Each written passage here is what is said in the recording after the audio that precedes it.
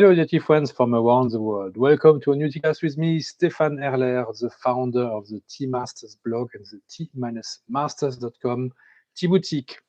Today, we are doing a second introductory class about puerh.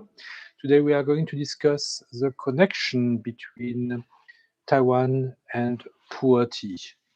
How come that I'm here? Under what authority do I have to teach you about puerh? I explained last week that puerh is a tea that is only made in the province called Yunnan in the western part of China, very, very far away actually from Taiwan. Taiwan is an island just in front of the Fujian province. There's no puerh tea in Fujian, nothing that is grown, some that is sold and purchased, but there is no puerh. There are no puerh trees in Fujian and even fewer puerh trees in Taiwan. So how come Taiwan is so important for puerh? And this I will explain today in this little class. So this will be a class that is more theoretical. We're not going to taste tea, even though I have two teas in front of me, actually two puerhs from the sampler that I have set up for this class. So actually I'm preparing next week's class, or one we will do in the next weeks using the samples that I have created in my boutique. It's, I think, still on the first page. Otherwise, you go under the category sampler and you will find it for the winter semester 2026 class. Puerh samples. One of them is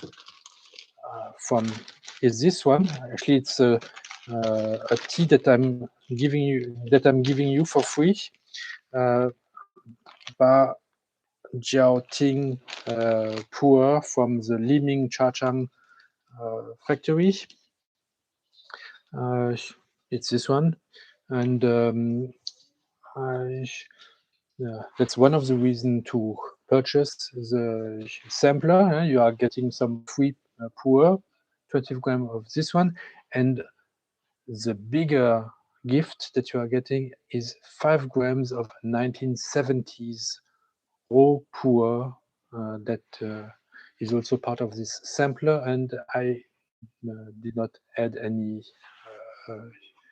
cost for it. So this is really a gift so that you can understand why some people fall in love about with puerh, because when the white puerh is aged, it becomes a divine tea. There are no other words to describe it.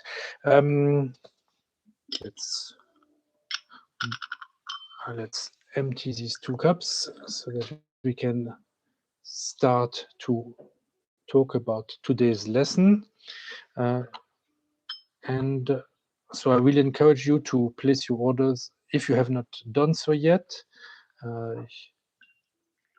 so that the samples will arrive quickly to your doorstep and that you'll be able to taste them at the same time as I teach these classes on Sunday morning live on my YouTube channel, or you can choose to see them later on in replay.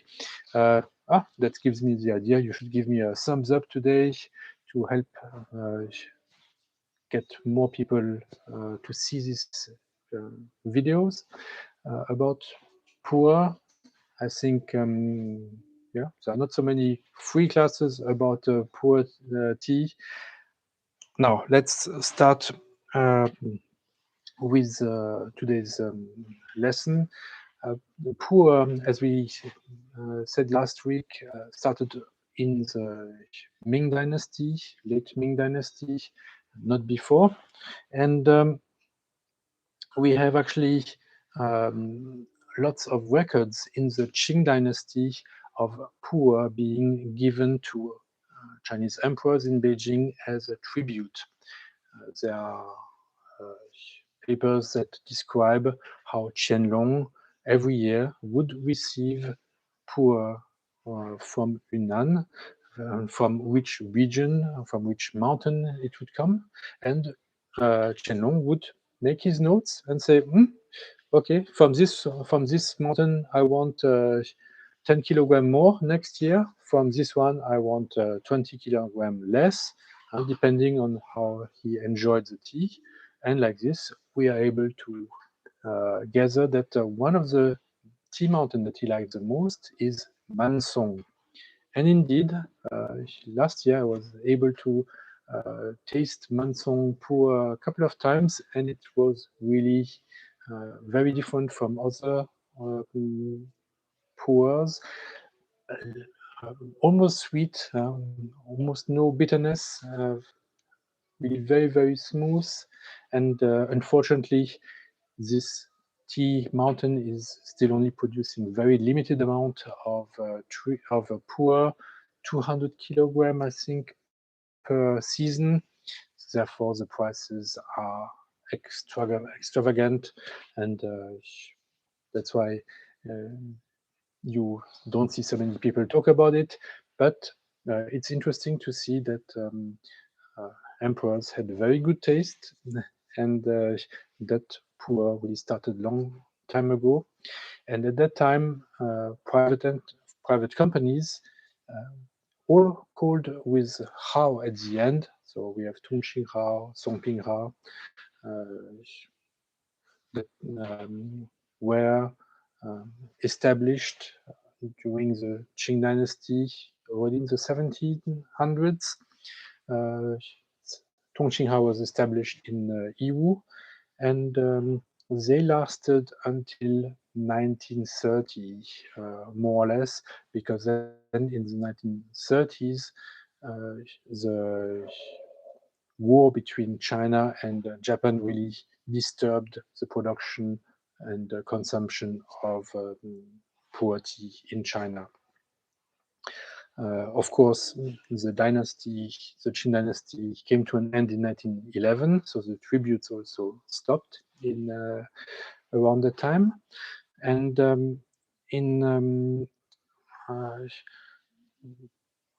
so this is so far nothing to do with Taiwan.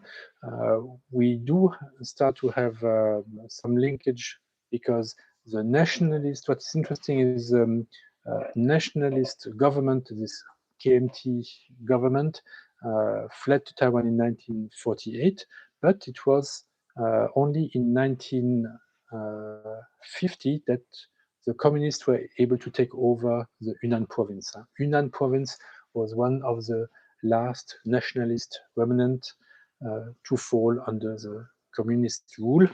And that's why there are books. This book, for instance, only started in 1950, not 1948, because it's only in 1950 that production for the under the communist rule restarted. Now, this communist rule can be has, let's say, three big eras from 1950 until 1970, until actually 1960, until 66, when the Cultural Revolution started. Then production stopped. And from 1950 to 1966, there was not much of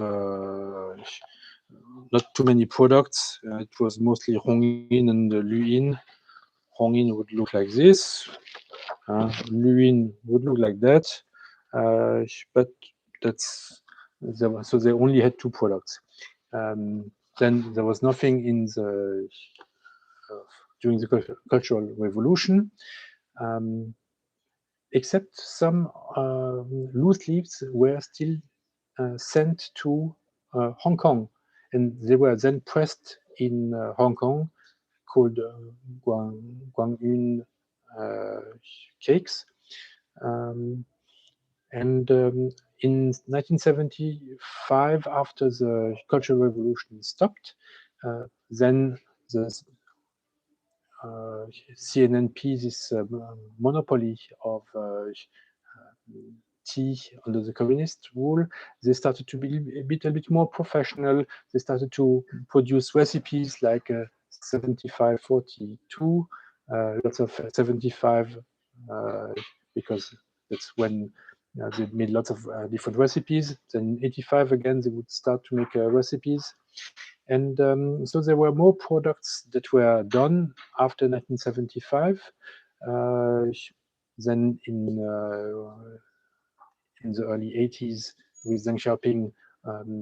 They started to liberalize even further, and now they had really a system in place where tea was produced by the CNNP, overseeing different factories like Monghai, Xiaguan, etc., and Fuhai, Kunming, and then these teas were exported through Hong Kong. And this lasted until 1997.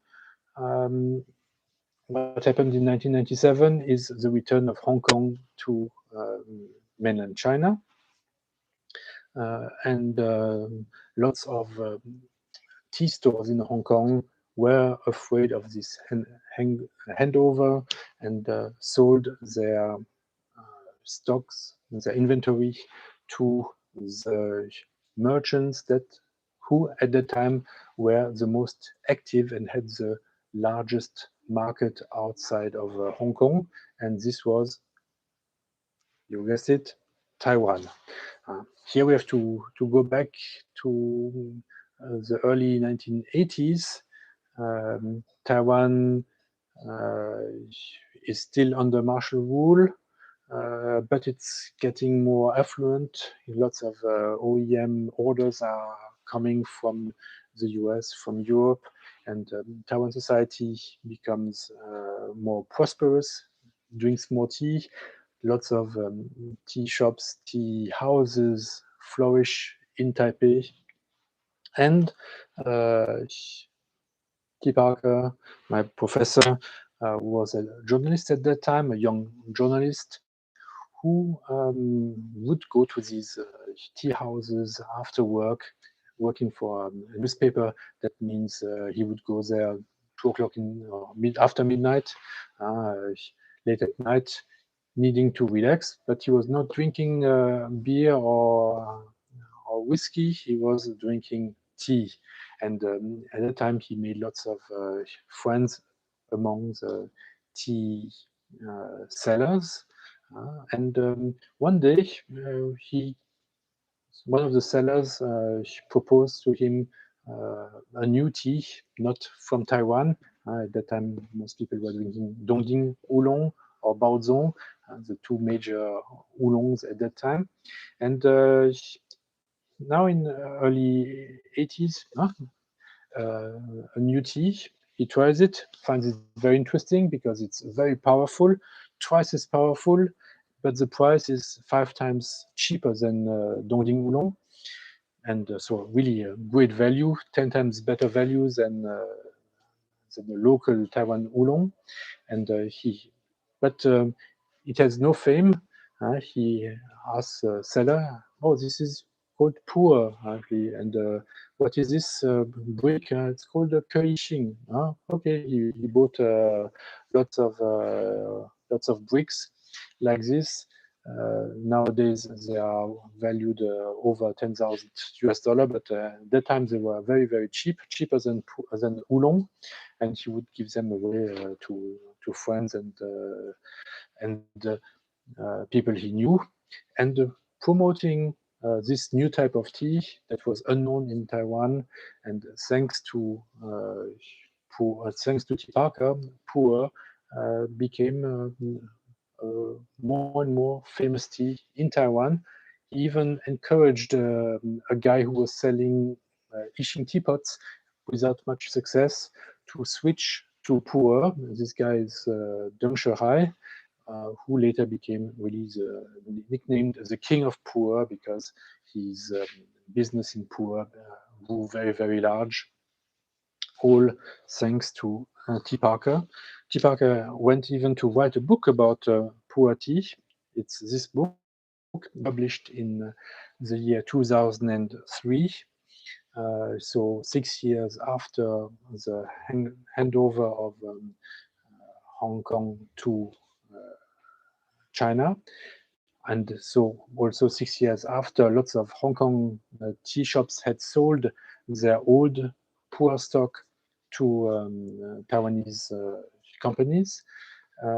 And also at the time, because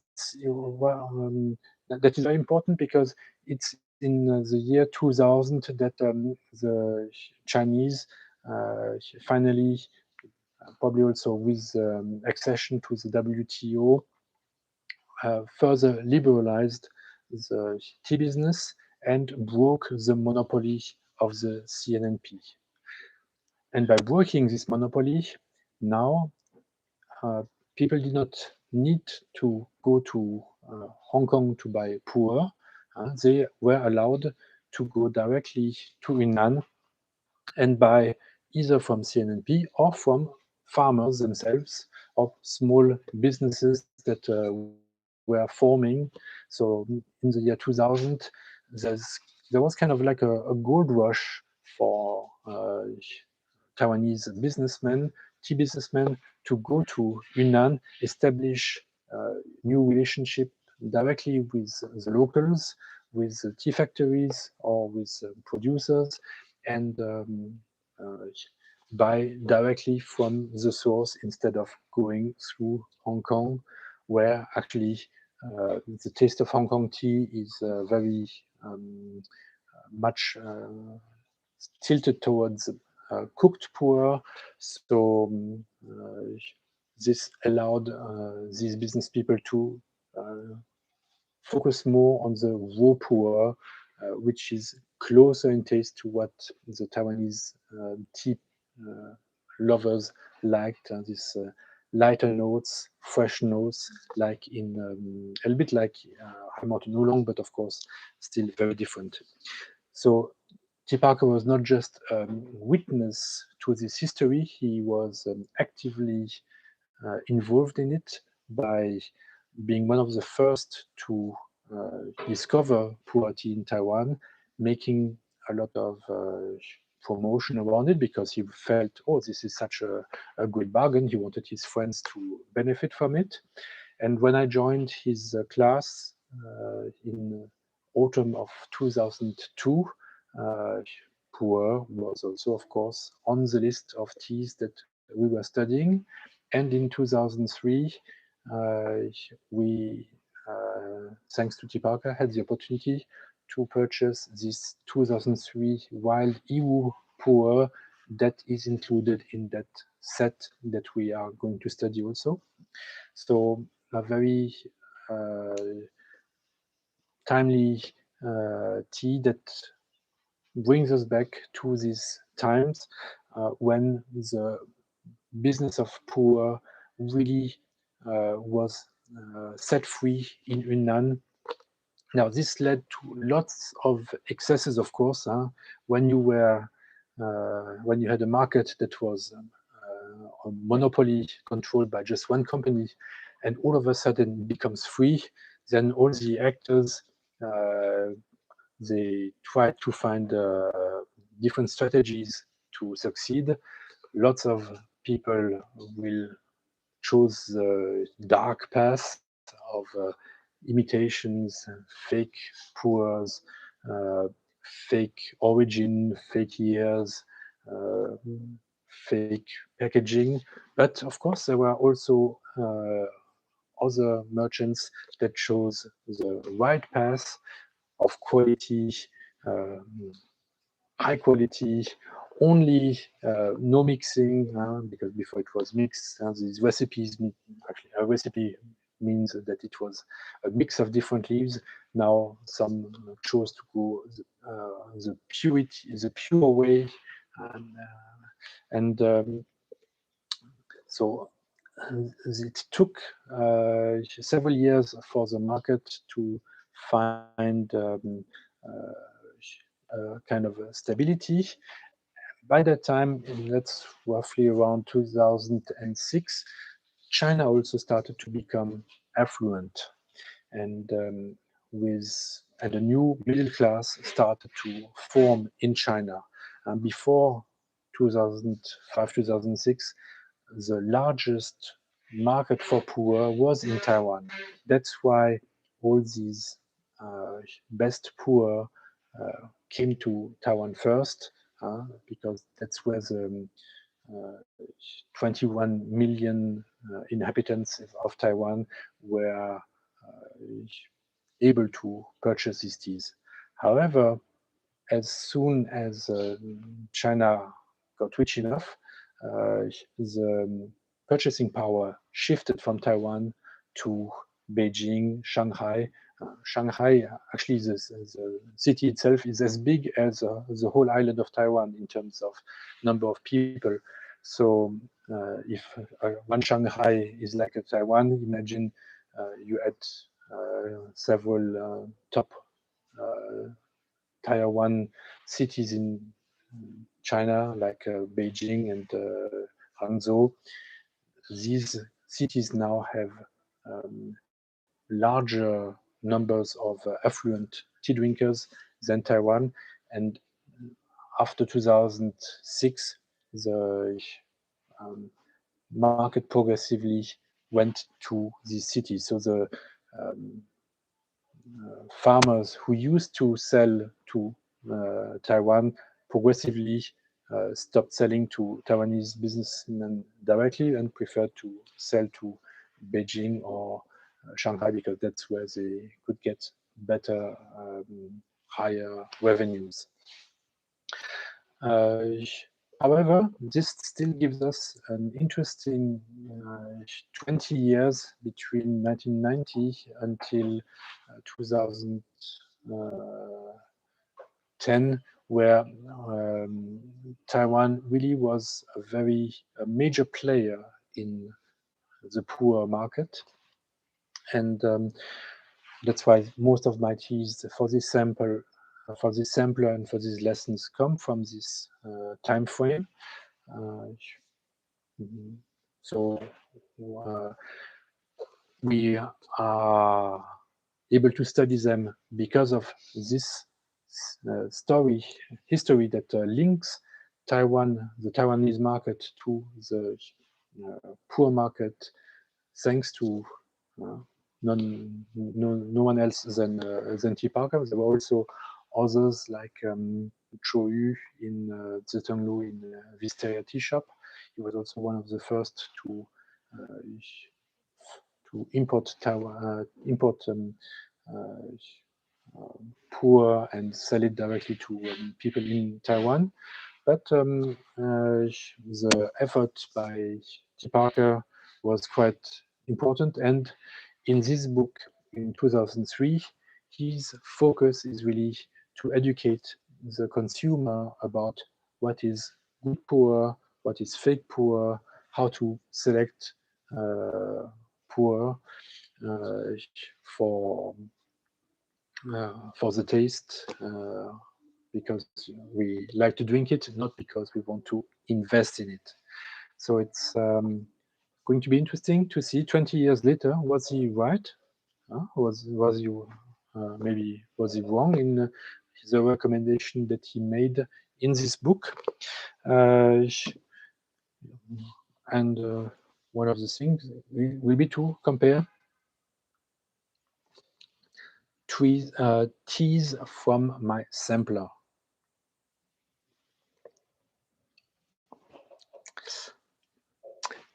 I hope that this was a good explanation about why Taiwan is so important in the puerh history, especially from 1990 to 2010, which is when most of the teas are from, but also from before, because the aged puerhs